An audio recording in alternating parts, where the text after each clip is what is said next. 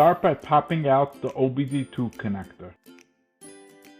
Use a pry tool or flathead screwdriver to push one of the tabs and it should come right out. At this point, we're just popping it out, we're not doing anything else with it. Next, using a pry tool, disconnect the side panel.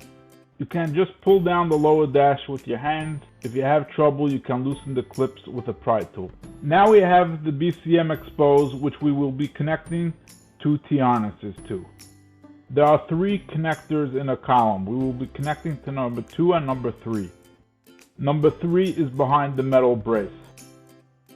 Connect the T-harnesses in line with the vehicle's connectors.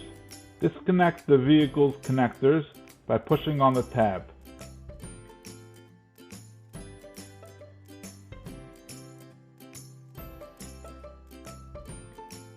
Connect the T-harness to the BCM.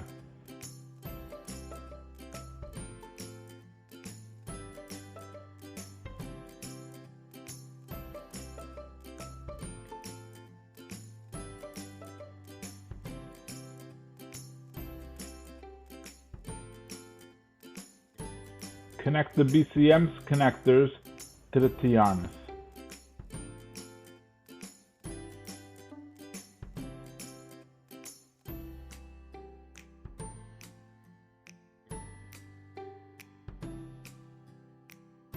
Connect the OBD2 T-harness in line with the vehicle's OBD2 connector that we already disconnected.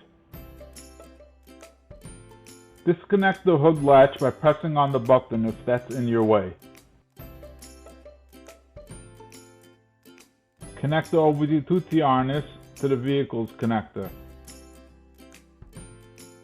Connect the OBD2 T-harness back where the vehicle's connector was.